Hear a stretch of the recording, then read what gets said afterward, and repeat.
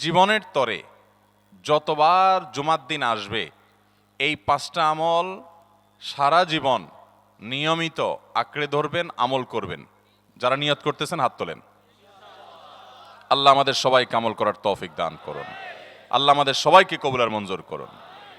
Number 1, সবচেয়ে বেশি যেটা করতে হবে পরিমাণে, জুমার দিন, জুমার রাত, বৃহস্পতিবার সন্ধ্যা থেকে নিয়ে শুক্রবার সন্ধ্যার আগ পর্যন্ত পরিমাণে সবচাইতে বেশি করতে হবে যে আমলটা, সেটা হলো দুরূদ শরীফের আমল।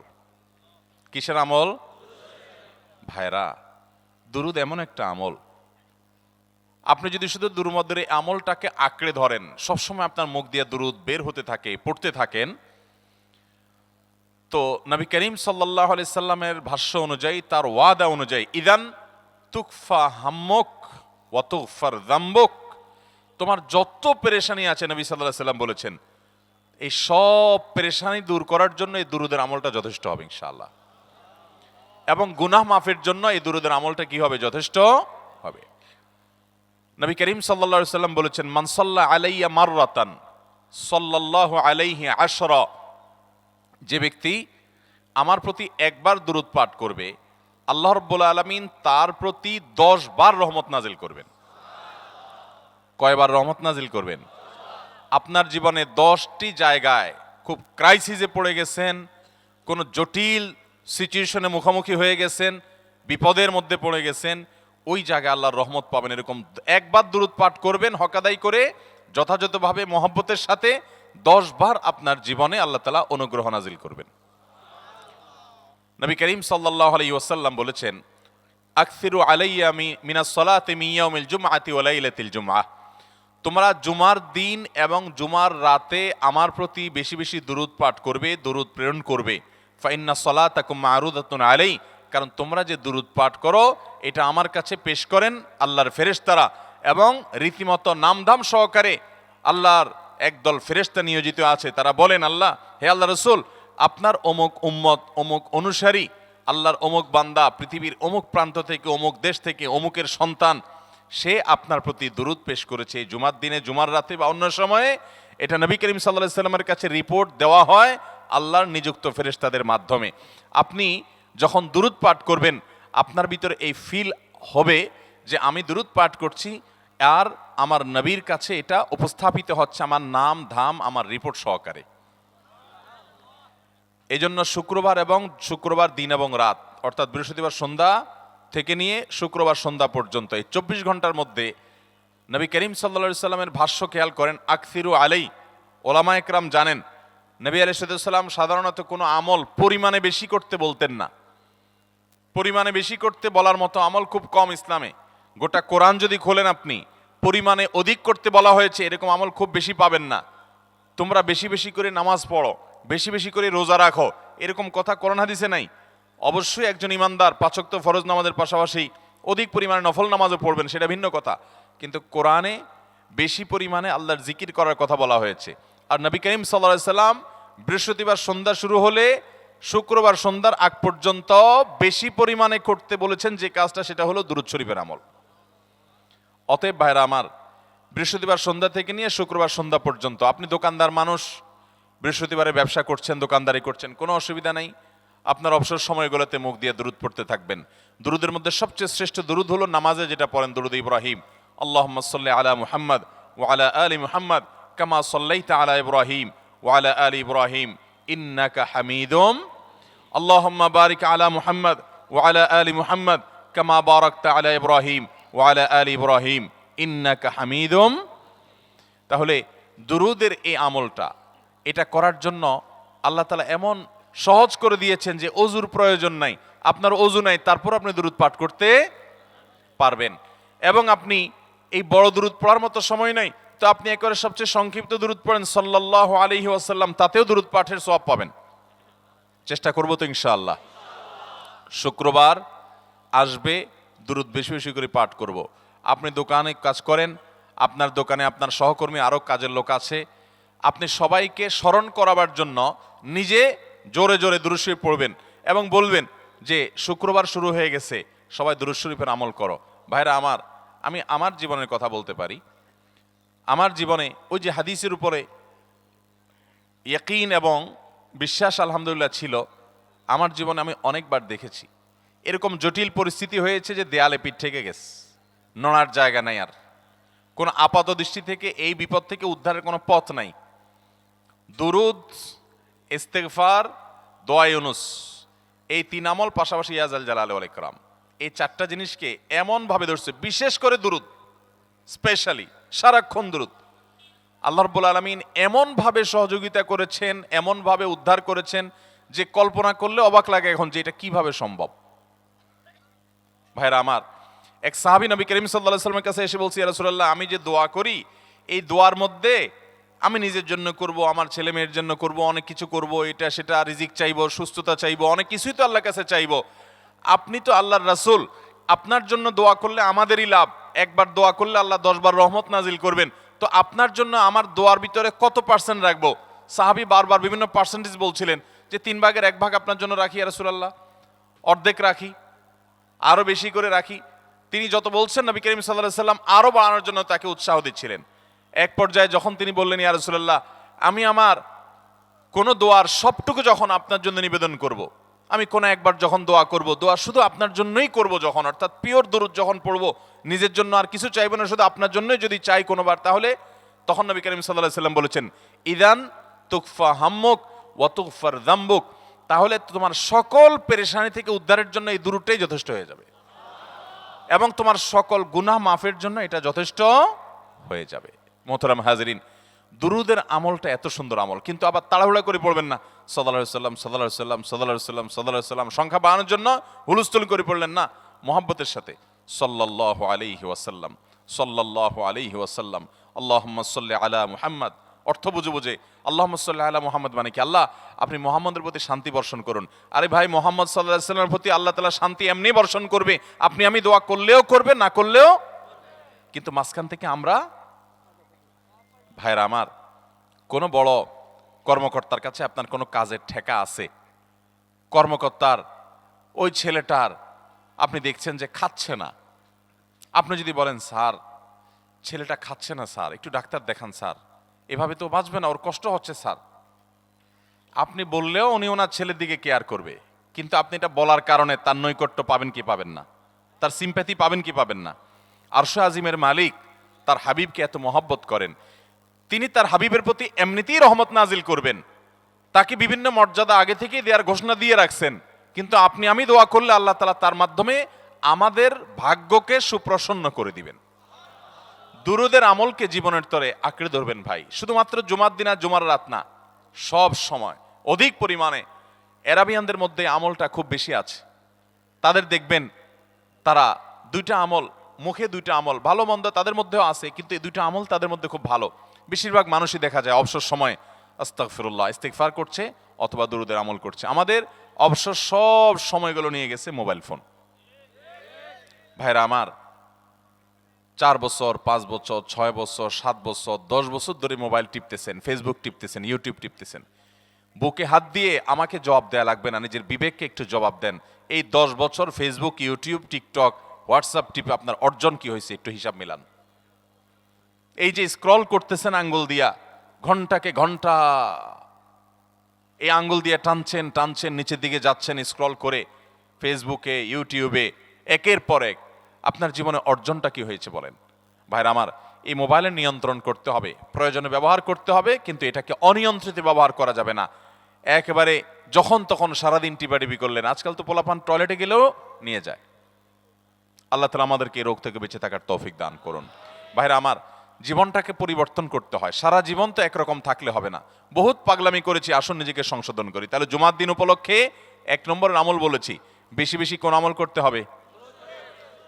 সারা জীবন মনে রাখবো তো ইনশাআল্লাহ? বাসা বাড়িতে পরিবারের লোকদেরকে মনে করাবো তো ইনশাআল্লাহ? আমি আমার ড্রাইভার থাকুক, আমার ছেলে মেয়ে থাকুক, আমার পরিবারের লোক থাকুক, আমি আমার কথা আপনাদের বলি উৎসাহের জন্য, যে জুমার দিন শুরু হয়ে গেলে আমি, শুধু আমি না, আমার পরিবার অন্যান্যরাও একে অন্যকে আমরা স্মরণ করে দিই। কে কে দুরূদ পড়তে কতবার পড়ছো, কেউ পড়ছে কিনা একবারও, সন্ধ্যা হয়ে গেছে, অনেক হয়ে গেছে, সবাই শুরু করি, আমলটা করবো তো ইনশাআল্লাহ। নাম্বার 1।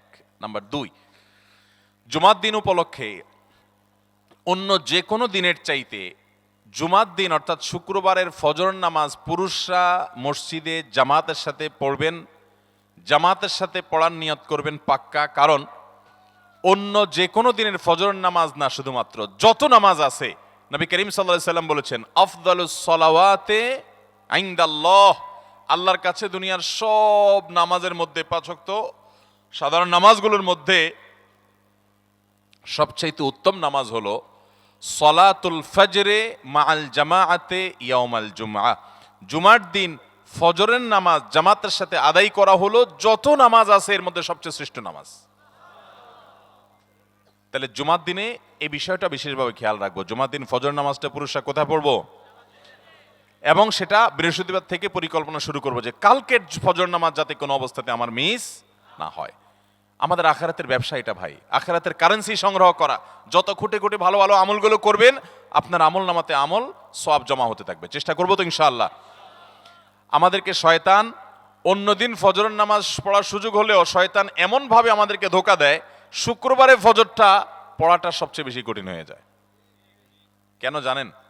কারণ ইবলিস তো জানে, হাদিস আপনি জানেন না, হয়তো অনেকে হয়তো আজকে শুনছেন, আমি কোনো হাদিস না জানতে পারি, ইবলিস ঠিকই জানে যে ফজর নামাজ এই দিন যদিও জামাতের সাথে ফজর পড়ে ফেলায়, তাহলে তোর আখিরাতের ব্যবসা অনেক দূর আগে যাবে। ওর সাথে তো আমাদের বাবা আদমের সাথে সেই চ্যালেঞ্জ, আদম আলাইহিস সালামকে সেজদা করতে বলা হয়েছে, সে তো করে নাই, তার সৌজন্য বা তার জন্য সেজদা নিবেদন করে নাই, আল্লাহ তাআলা সেজন্য তাকে জান্নাত থেকে বের করে দিয়েছে।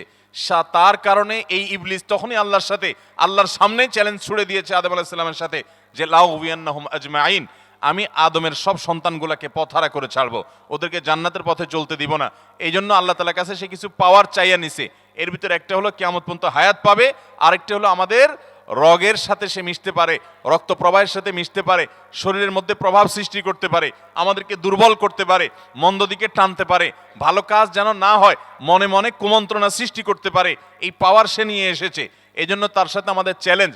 সে হাদিস জানে যে জুমার দিন ফজর পড়লে আমাদের অনেক লাভ হয়ে যাবে, এই জন্য সে বৃহস্পতিবার রাতে, অন্য দিন যদি আপনি 10টা 11টা বা 11:30টায় ঘুমান, 12টায় ঘুমান, জুমার দিন অর্থাৎ বৃহস্পতিবার দিবাগত রাতে আইসা ইবলিস বলে, আরে পাগল হইছস, কালকে হলো শুক্রবার, দোকানদারি নাই, ব্যবসা নাই, চাকরি নাই, মহিলাদেরকে বলে কালকে পোলাপানের স্কুল নাই, মাদ্রাসা নাই, আজকে একটু টক শো, মিষ্টি শো, নাটক, সিনেমা, ইউটিউব, ফেসবুক, ওয়াজই শুন অন্তত। শয়তান কি বলে, ঠিক আছে তো যদি এত ফিল্ম দেখতে মনে না চায়, তো যদি মুসলমান হস, নেককার হস, তো ঠিক আছে অমুক হুজুরের ওয়াজ শুন। এই হুজুরের ওয়াজ শোনাত লাগাই দিয়ে রাতে 1টা 2টা পর্যন্ত পার করে দিল, এরপরে ফজর নামাজ ওর জামাতের সাথে মিস, শেষ। ভাইরা আমার, প্রত্যেক বৃহস্পতিবার আসলে সন্ধ্যার সময় প্রতিজ্ঞা করব, সপ্তাহের অন্য দিন যদি আমার ত্রুটি বিচ্যুতি হয়ও আমি সেটাকে কারেকশন করার চেষ্টা করব, কিন্তু শুক্রবার ফজরটা পুরুষ হিসাবে আমি জামাতের সাথে পড়বই পড়বো। তার জন্য রাতে আগে আগে শোবো, ডাবল ট্রিপল অ্যালার্ম দিয়ে শোবো, অন্য নামাজি বন্ধুকে বলবো ফোন দিয়ে ডেকে দিবি, একে অন্যের সহযোগিতা করব, কিন্তু ফজরের নামাজ জুমার দিন ছাড়বো না ঠিক আছে তো? কয়টা আমল হলো? 2টা। মনে রাখবেন তো ইনশাআল্লাহ? আগামী বছর তো আমার মাহফিল আমি আর করব না, কিন্তু আগামী বছর যে মাহফিল করবেন সে আলোচককে আমি রিকোয়েস্ট করবো ইনশাআল্লাহ, আয়োজকরা এটার সবক জননায় আগামী বছর দিতে পারবেন তো ইনশাআল্লাহ? আমল যদি করেন তাহলে সবক ঠিকই দিতে পারবেন। ওই যে ভাই সবগুলো শুনে দিছে, কারণ আমল করেন। আচ্ছা, 3 নম্বর আমল হলো সূরা কাহাফ পড়বো। কোন সূরা পড়বো?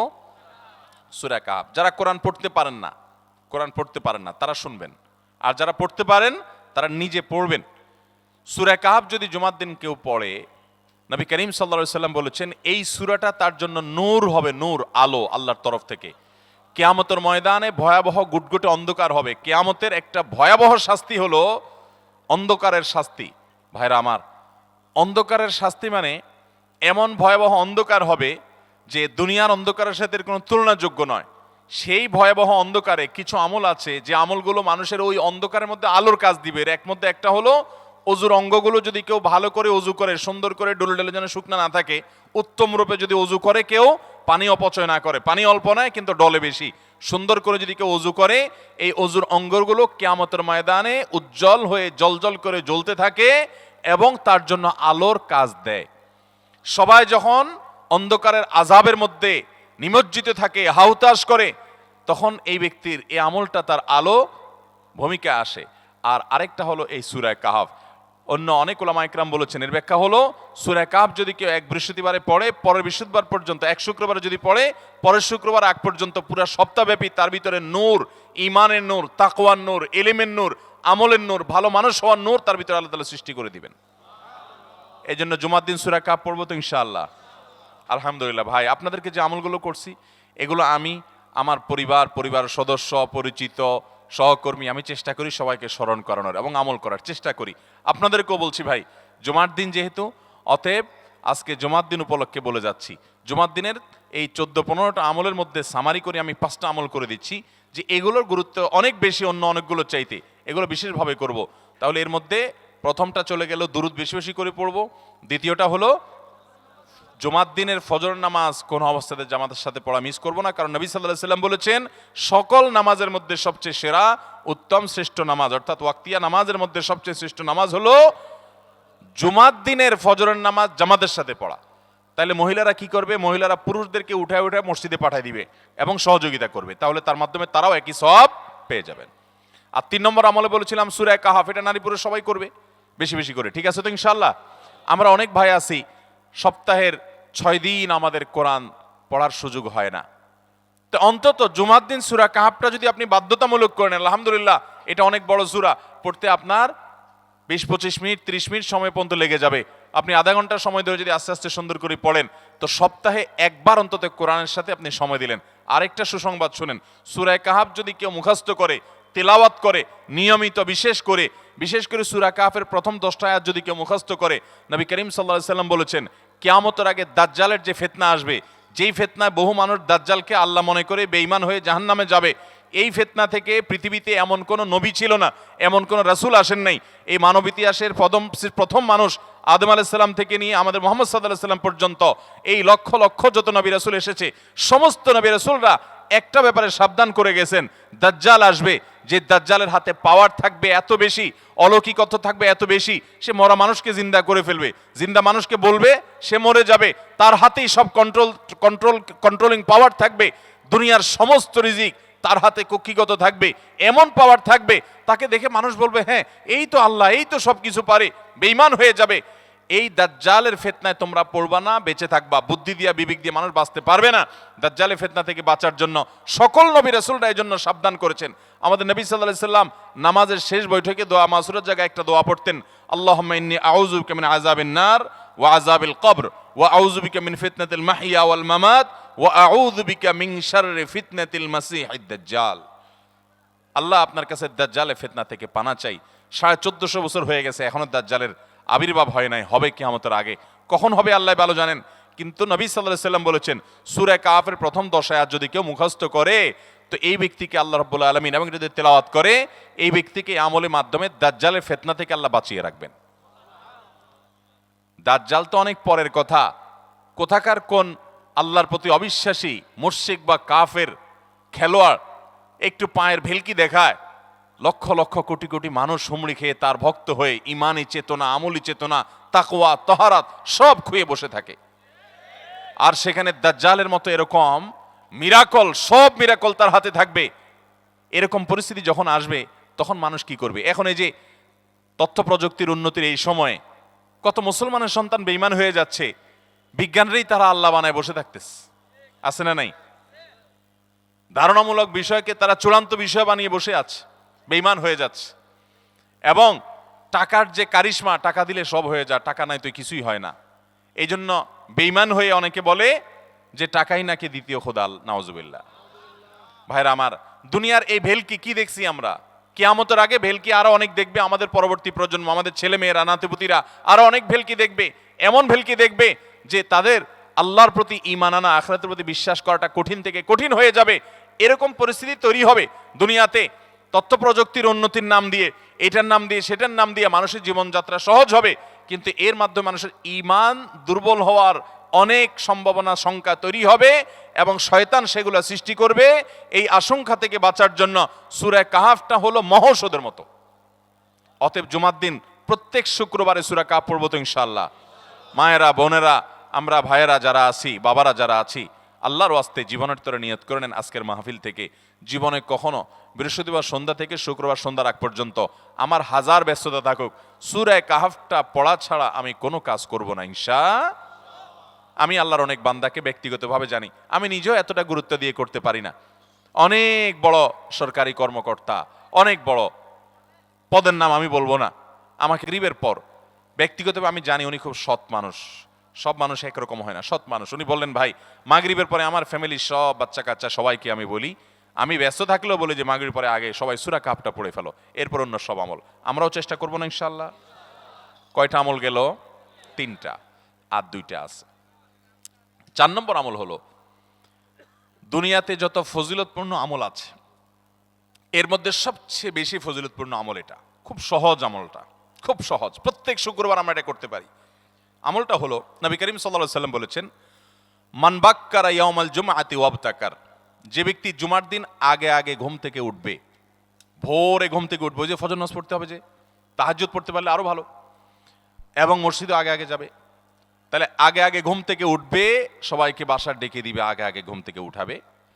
ওয়াগাসসালা ওয়াগতাসাল, ফরজ গোসল হলে ফরজ গোসল করবে, উত্তম রূপে গোসল করবে, ভালো করে গোসল করবে জুমার দিন। ওয়ামাশা ওয়ালাম ইয়ারকাব, জুমার নামাজের জন্য পায়ে হেঁটে মসজিদে যাবে, বাহনে চড়বে না। কেউ যদি মাজুর হয় সে বাহনে চড়লেও চলবে, কিন্তু সাধারণ যারা সুস্থ আছেন পায়ে হেঁটে মসজিদে যাবেন, বাহনে চড়লেন না। জুমার দিনের কথা, জুমার নামাজের কথা। ওয়াদানা মিনাল ইমামে ওয়ালাম ইয়ালগু, ইমামের কাছাকাছি গিয়ে বসবে, দূরে না, যত কাছে যেতে পারে একদম সামনের কাতার ইমামের কাছাকাছি গিয়ে বসবে, কোনো অনর্থক কথা বলবে না, দুনিয়াবি কথা বলবে না, বেহুদি কাজ করবে না। ওখানে গিয়ে যতক্ষণ সময় পাবে জিকির, আজকার, তেলাওয়াত, তাসবিহ, দোয়া, রোনাজারি, কান্নাকাটি, বই পড়া, দিনী কাজ করা, এর মধ্যে সে কাটাবে নিজেকে। এই কয়েকটা কাজ যদি করে, তাহলে কাজ কয়টা হলো? আগে আগে ঘুম থেকে উঠা, ওই যে ফজর নামাজ জামাতের সাথে পড়া ইত্যাদি, গোসল করা উত্তম রূপে, আর পায়ে হেঁটে মসজিদে যাওয়া, বাহনে না চড়া। 4 নম্বর হলো ইমামের কাছাকাছি গিয়ে বসা, কোনো অনর্থক কাজ না করা। এই 4টা কাজ যদি কেউ জুমার দিনে করে, নবী করিম সাল্লাল্লাহু আলাইহি সাল্লাম বলেছেন, ওই ব্যক্তি বাসা থেকে মসজিদ পর্যন্ত যে আসলো, যতগুলো পা ফেলবে, যতগুলো স্টেপ ফেলবে, যতগুলো কদম দিবে, প্রতিটা কদমের বিনিময়ে আল্লাহ রাব্বুল আলামিন তার অ্যাকাউন্টে, তার আমল নামাতে 1 বছর রাত জেগে, সারা রাত জেগে তাহাজ্জুদ নামাজ পড়লে, এবং 1 বছর সারা দিন, প্রত্যেকটা দিন পুরো বছর জুড়ে নফল রোজা রাখলে যে পরিমাণ সওয়াব পাইতো, 1 বছর নফল রোজা, 1 বছর রাতভর জেগে তাহাজ্জুদের নামাজ পড়ার সওয়াব মাত্র একটা কদম ফেলার বিনিময়ে দিবেন। তাহলে আপনার বাসা থেকে যদি মসজিদে আসতে 100টা কদম হয়, 100 বছরের নফল নামাজ, 100 বছরের নফল রোজা, আপনি এটার সওয়াব আপনার অ্যাকাউন্টে জুমার দিন মাত্র 4টা কাজ করার মাধ্যমে আপনি পেয়ে যাবেন। এবং এটি অনেক হাদিস বিশ্লেষকগণ বলেছেন, কোরআন হাদিসে বহু ফজিলতের কথাই বলা আছে, এত বিপুল পরিমাণে, এত অধিক পরিমাণে সওয়াবের কথা যে কারো বাসা থেকে অনেকের আছে যেতে 500 স্টেপ পড়বে। 500 স্টেপ পড়লে কতটুকু হয়? সামান্য একটু জায়গা যেতে 500 কদম হয়ে যায়। অনেকের বাসা থেকে যদি 500 কদম পড়ে, 300 কদম হয়, তো সে এই 500 বছর নফল নামাজ, নফল রোজা, রাত ভর দিন ভর করার সওয়াব, কন্টিনিউয়াসলি করার সওয়াব মাত্র এই মসজিদে গেল আসলো, এই 4টা শর্ত পূরণ করে সেটা সওয়াবটা পেতে পারে। যদি সপ্তাহে 4 জমা হয় তাহলে 4 বার 500 করে যদি হলো 2000 বছর, এভাবে তার আমল নামাজের সওয়াবের পাহাড় সে জমা করতে পারে শুক্রবারের ছোট্ট আমলটার মাধ্যমে। চেষ্টা করব না ইনশাআল্লাহ? আমি দেশে বিদেশে অনেক আল্লাহর বান্দাকে আমি শুনেছি, এ হাদিস আমি যেদিন থেকে জেনেছি, আমি চেষ্টা করেছি এটার আমল, এটার প্রচার মানুষের মধ্যে ছড়ানোর। আমি যখন সৌদি আরবে আজ থেকে আর অনেক বছর আগে, তখন কোনো এক বক্তব্যে আমি আমলের কথা বলেছি। আমার অনেক ভাইয়েরা দেশে বিদেশে দেখে বলছেন, ভাই আমলটা শুরু করেছি, আমার কাছে ভালো লাগে, আপনারাও আমলটা করবেন, অন্য আরেকজনকে শিখাবেন এবং দাওয়াত দিবেন। ঠিক আছে তো ইনশাআল্লাহ? তাহলে কয়টা আমল গেল? 4টা। 1 নম্বর গেছে বেশি বেশি দুরূদ পাঠ করা, 2 নম্বর হলো জুমার দিনে ফজর নামাজ জামাতের সাথে পুরুষরা পড়া, 3 নম্বর হলো সূরা কাহাফ পড়া, তেলাওয়াত করা, আর 4 নম্বর হলো এই 4 শর্ত পূরণ করে মসজিদে আগে আগে গিয়ে সুন্দর করে খুতবা শুনে চলে আসা, কোনো কথাবার্তা, খুতবা চলাকালীন সময়ে কোনো কথাবার্তা, অনর্থক কাজ না করা। 5 নম্বর এবং সর্বশেষ আমল হলো, জুমার দিনে একটা সময় আছে দোয়া কবুল হয়। দোয়া কবুলের যে সময়গুলো আছে এর ভিতরে অত্যন্ত ইম্পর্টেন্ট একটা সময় হলো জুমার দিন। শুক্রবারের একটা সময় সম্পর্কে নবী সাল্লাল্লাহু আলাইহি ওয়াসাল্লাম বলেছেন যে একটা সময় আছে শুক্রবারের, এই সময়ে বান্দা কোনো দোয়া করলে আল্লাহ তাআলা ফিরিয়ে দেন না, কবুল করেন। কিন্তু সময়টা যে ঠিক কখন, এটা হাদিসে নবী সাল্লাল্লাহু আলাইহি ওয়াসাল্লাম বলেন নাই, যাতে করে হয়তো আমরা সারা দিনেরই কম বেশি দোয়ার চেষ্টা করি। এই বিষয়ে মুহাদ্দিসগণ, হাদিস বিশ্লেষকগণ, পণ্ডিত ওলামায়ে কেরামগণ হাদিসের বিভিন্ন আকার ইঙ্গিতকে গবেষণা করে অ্যানালাইসিস করে এক একজন এক এক সময়ের কথা বলেছেন। তবে বেশিরভাগ ইমাম, বেশিরভাগ পণ্ডিত ওলামায়ে কেরাম, বেশিরভাগ আপনার ইসলামিক স্কলারগণের বক্তব্য হলো যে এই সময়টা হলো জুমার দিনের শেষ প্রহর, আসরের পর থেকে নিয়ে সূর্য ওঠার আগ পর্যন্ত এই সময়টা। অতএব আমরা জুমার দিনের 5 নম্বর আমল হলো বেশি বেশি করে সারাদিনই কম বেশি দোয়া করব। দোয়ার জন্য সবসময় হাত তোলাও জরুরি না, যদিও সাধারণ অবস্থায় দোয়ার জন্য হাত তোলা আদব, কিন্তু আপনি চলতে ফিরতে, উঠতে বসতে, কাজের ফাঁকে আপনি আল্লাহর কাছে মনে মনে দোয়া নিবেদন করবেন। অনেক চাওয়া আমাদের কাছে, আমাদের আল্লাহর কাছে আছে। ভাইরা আমার, নবী সাল্লাল্লাহু আলাইহি ওয়াসাল্লাম বলেছেন কারোর পায়ের জুতার ফিতাটা ছিঁড়ে গেছে হাঁটার সময়, এটার এমন কি, লাগালে ঠিক হয়ে যাবে। কিন্তু একজন ইমানদার ওইটার জন্য সে আল্লাহর কাছে সাহায্য চাইবে, আল্লাহ এটাও একটা বিপদ, একটা ছোট বিপদ থেকে অনেক কিছু ঘটে যায়, আপনি আমাকে উদ্ধার করেন। সে সবসময় আল্লাহর দিকে মনোনিবেশ করবে। নবী করিম সাল্লাল্লাহু আলাইহি ওয়াসাল্লামের পুরো জীবনকে যদি আপনি অ্যানালাইসিস করেন, আপনি অবাক হয়ে যাবেন। একটা বই আছে বাংলায়, বান্দার ডাকে আল্লাহর সাড়া, এটা বাংলা অনুবাদিত নাম। এই বইয়ের লেখক হলেন হিসনুল মুসলিমের যে রচয়িতা, উনি শেখ সাঈদ আল গাহতানী রহমতুল্লাহি আলাইহি। ওনার সোহবতে যাওয়ার, ওনার সান্নিধ্যে থাকার, একাধিকবার খুব কাছাকাছি বসার সুযোগ আমার হয়েছে। সৌদি আরবের একজন বড় আলেম ছিলেন, দুনিয়া থেকে চলে গেছেন। তো ওনার লেখা বান্দার ডাকে আল্লাহর সাড়া, এই বইটা বেশ মোটা সোটা একটা বই। পুরোটা পড়বেন যে নবী করিম সাল্লাল্লাহু আলাইহি ওয়াসাল্লামের জীবনে যে কত রকমের দোয়া করতেন। আল্লাহ আজকার নামে একটা বই আছে ইমাম নববীর, এটাও বাংলা হয়ে গেছে অনুবাদ, আপনি পড়লে অবাক হয়ে যাবেন। ডক্টর খন্দকার আব্দুল্লাহ জাহাঙ্গীর রাহমাতুল্লাহ রাহে বেলায়েত একটা বই আছে দোয়া এবং জিকিরের, আপনি অবাক হবেন যে কি পরিমাণ দোয়া এবং জিকির নবী সাল্লাল্লাহু আলাইহি ওয়াসাল্লাম জীবনে পড়তেন। ঘুম থেকে উঠার সময় দোয়া আছে না নাই? এরপরে ঘুম থেকে উঠে যখন আপনি বাথরুমে যাবেন, দোয়া আছে না নাই? আবার টয়লেটে গেলেন, টয়লেট সেরে আসলেন, আপনি ওযু করবেন, ওযুর জন্য দোয়া আছে না নাই? বিসমিল্লাহ। এরপরে ওযু শেষ করলেন, কালিমায়ে শাহাদাত আছে না নাই? এরপরে আপনি যখন ঘর থেকে বের হয়ে মসজিদে যাবেন, বের হওয়ার দোয়া আছে।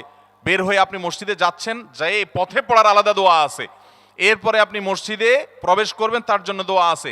মসজিদে ঢুকার পরে মসজিদে ঢুকার নামাজ আছে। এরপরে মসজিদে নামাজ বন্দিগি ইবাদত জিকির করে বের হচ্ছেন, সেটার জন্য আবার দোয়া আছে।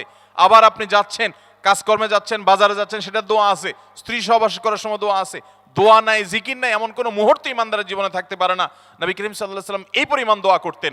এই জন্য ভাইয়েরা, দোয়া যদি সবসময় করতে কষ্ট হয় হাত তুলতে, আপনি হাত তোলা ছাড়া শুক্রবারে দোয়া করেন, দোয়াটা অনেক বেশি করা দরকার। আমাদের কত জিনিস আল্লাহর কাছে চাইতে হয়, আমরা আল্লাহর কাছে চাই না।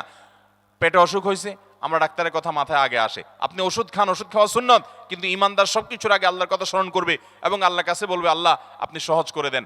আপনার অসুখ হয়েছে, সবকিছুর আগে নাপার কথা মনে আসে, আরে ভাই প্যারাসিটামলের কথা মনে আসে, এটা দোষের না, কিন্তু আপনার মনে আগে আসতে হবে যে নবী সাল্লাল্লাহু আলাইহি ওয়াসাল্লাম দোয়া শিক্ষা দিয়েছেন, যদি কেউ ব্যথার জায়গায় হাত দেয় এবং পড়ে আউযু বিইজ্জাতিল্লাহি ওয়া কুদরাতিহি মিন শাররি মা আজিদু ওয়া উহাজির, আল্লাহ রাব্বুল আলামিন তার ব্যথা দূর করে দিবেন।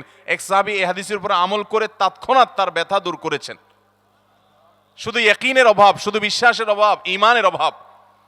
তাহলে আমাদের আল্লাহর দিকে মনোনিবেশ করতে হবে দোয়ার জন্য বেশি বেশি। তাহলে শুক্রবারে 5 নম্বর আমল হলো বেশি বেশি কি করবো ইনশাআল্লাহ? দোয়া, বেশি বেশি দোয়া করবেন, উঠতে বসতে চলতে ফিরতে। বিশেষভাবে সূর্য ডুবার আগের যে সময়টা শুক্রবার, অর্থাৎ দিনের শেষ সময়টা, বিশেষভাবে আল্লাহ তাআলার কাছে দোয়া করব। ঠিক আছে তো ইনশাআল্লাহ? কয়টা আমল বললাম? 5টা আমল। 1, বেশি বেশি দুরূদ। 2, ফজর নামাজ জামাতের সাথে পড়া পুরুষরা, মহিলারা অক্তমত পড়বেন, পুরুষদেরকে পাঠিয়ে দিবেন মসজিদে। 3, সূরা কাফ পড়বেন। 4, আগে ঘুম থেকে উঠে উত্তম রূপে গোসল করে মসজিদে আগে আগে গিয়ে পায়ে হেঁটে গিয়ে সামনে ইমাম সাহেবের কাছাকাছি গিয়ে বসা, অনর্থক কথা কাজ না করা, তেলাওয়াত জিকির আজকারের মাশগুল থেকে নামাজটা পড়ে বের হয়ে আসা, এই কাজ। নাম্বার 5, দোয়া করা, বিশেষ করে দিনের শেষ প্রহরে। আমল করবো তো ইনশাআল্লাহ? মনে থাকবো তো ইনশাআল্লাহ? আমরা প্রয়োজনে বাসায় গিয়ে একটা কাগজে নোট করে ফেলবো, লিখে ফেলবো, লিখে এরপরে ওয়ালে টাঙ্গায় দিবেন বাসায় যে জুমার দিন এই 5 কাজ আমি ছাড়বো না। আপনি যদি মনেও না থাকে, আপনার যদি ভুলেও যান, আপনি এই কাগজ আপনাকে মনে করাবে ইনশাআল্লাহ। বাসায় ফ্যামিলির লোকদের সাথে শেয়ার করবেন, জুমার দিন হুজুর বলেছেন, আমি একটু আমার মন থেকে বলিনি, এগুলো সব কোরআন হাদিসের কথা বলেছি আপনাদেরকে। কোরআন হাদিসের আলোকে 5টা আমলের কথা বলেছেন, বিশেষভাবে জুমার দিন আমি 5টা আমল করবই করব। ভাইরা আমার, প্রত্যেক জুমার দিন যদি আপনি একটু ইমানের রিচার্জ করেন, ইনশাআল্লাহ সারা সপ্তাহ আপনার জন্য সেটা উপকারে আসবে। চেষ্টা করবো তো ইনশাআল্লাহ? এবং দোকানে অফিসে টাঙ্গায় রাখবেন। যারা এই টাঙ্গায় রাখার আমলটা করবেন, আয়োজক যারা আছেন আপনাদের কাছে আমার অনুরোধ যে যে ভাইরা এই কাজটা করছেন ওনারা যদি আয়োজকদের মাধ্যমে ছবিটা আমার কাছে পাঠাইতে পারেন, আমার অফিসে নিয়ে আমি ইনশাআল্লাহ নিজে হাতে তাদের পুরস্কার দেব। বিশেষ করে এই মাহফিলের লোক যারা আছেন আজকের আয়োজকদের মাধ্যমে। আল্লাহ তাআলা এই আমলগুলো আমাকে আপনাকে আমাদের সবাইকে করার তৌফিক দান করুন। আমল মনে রাখবো তো ইনশাআল্লাহ, আমল করবো তো ইনশাআল্লাহ। জাযাকুমুল্লাহু খায়রা ওয়া আখিরু দাওয়ানা আলহামদুলিল্লাহি রাব্বিল আলামিন। প্রশ্ন তো দেওয়ার দরকার আছে, 11:30 বেজে গেছে।